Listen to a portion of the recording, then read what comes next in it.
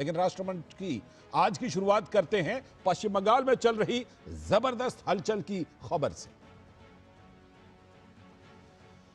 तो पश्चिम बंगाल में लगातार बढ़ते विवादों और तुष्टीकरण के आरोपों के बीच कोलकाता के ऐतिहासिक ब्रिगेड परेड ग्राउंड में आज लाखों सनातनियों ने सामूहिक गीता पाठ किया।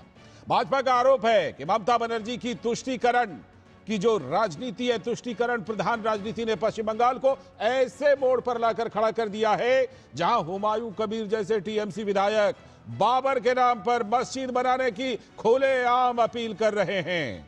भाजपा ने ममता सरकार पर आरोप लगाया कि यह उसी शासन का परिणाम है जिसने वर्षों से बहुसंख्यक समुदाय की आस्था को लगातार हाशिए पर धकेला है।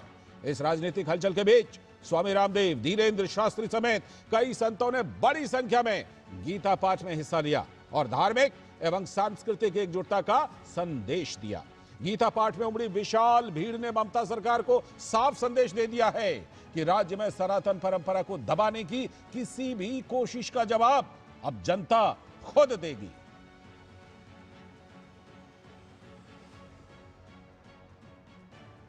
तो कोलकाता के ब्रिगेड परेड ग्राउंड में आयोजित इस विशाल गीता पाठ कार्यक्रम का वीडियो साझा करते हुए भाजपा के प्रवक्ता प्रदीप भंडारी ने एक्स पर एक पोस्ट किया है और प्रदीप भंडारी ने लिखा, कोलकाता भक्ति से गूंज उठा है। प्रतिष्ठित ब्रिगेड ग्राउंड में जहां आमतौर पर राजनीतिक दल अपनी ताकत दिखाते हैं, आज विशाल गीता पाठ में 5 लाख लोगों की आवाज एक साथ उठी। एक ऐसा दृश्य जो बंगाल ने दशकों में नहीं देखा था। बंगाल बदलाव चाहता है, बंगाल प्रधानमंत्री नरेंद्र मोदी को चाहता है।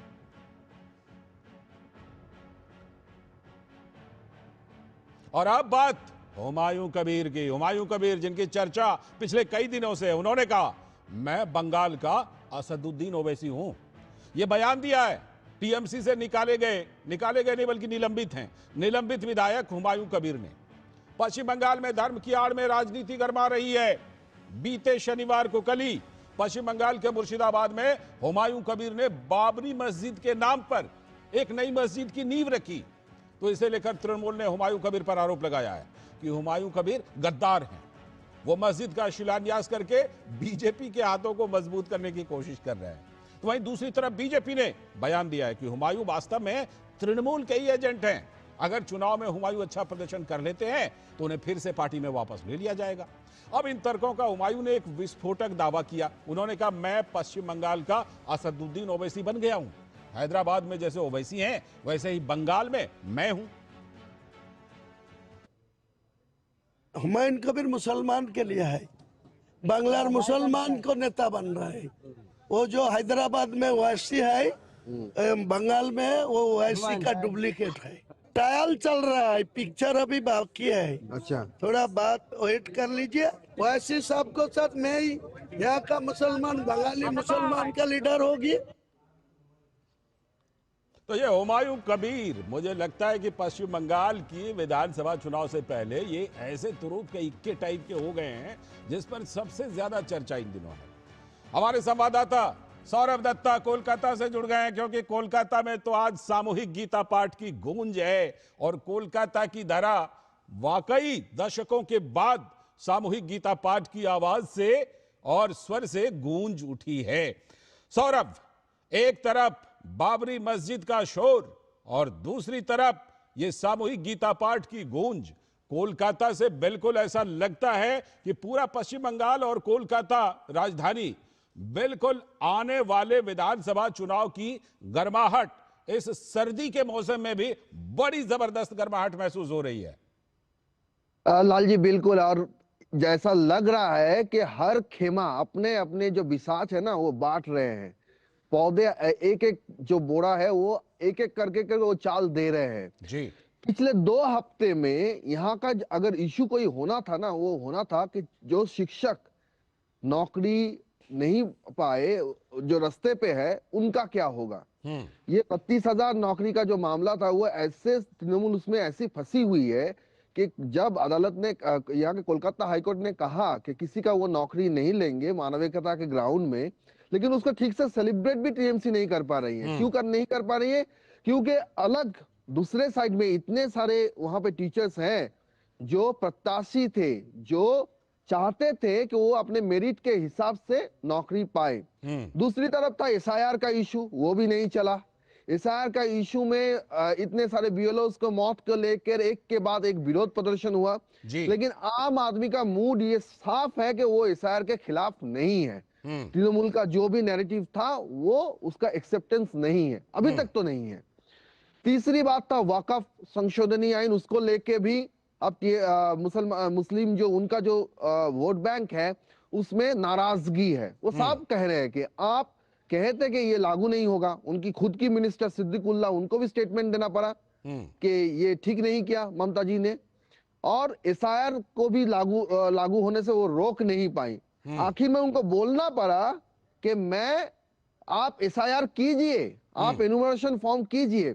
जब शुरू हुआ था तब खिलाफ थी, और 2 हफ्ते के बाद उनको कहना पड़ रहा है कि आप कीजिए। मैंने नहीं किया, लेकिन आप कीजिए।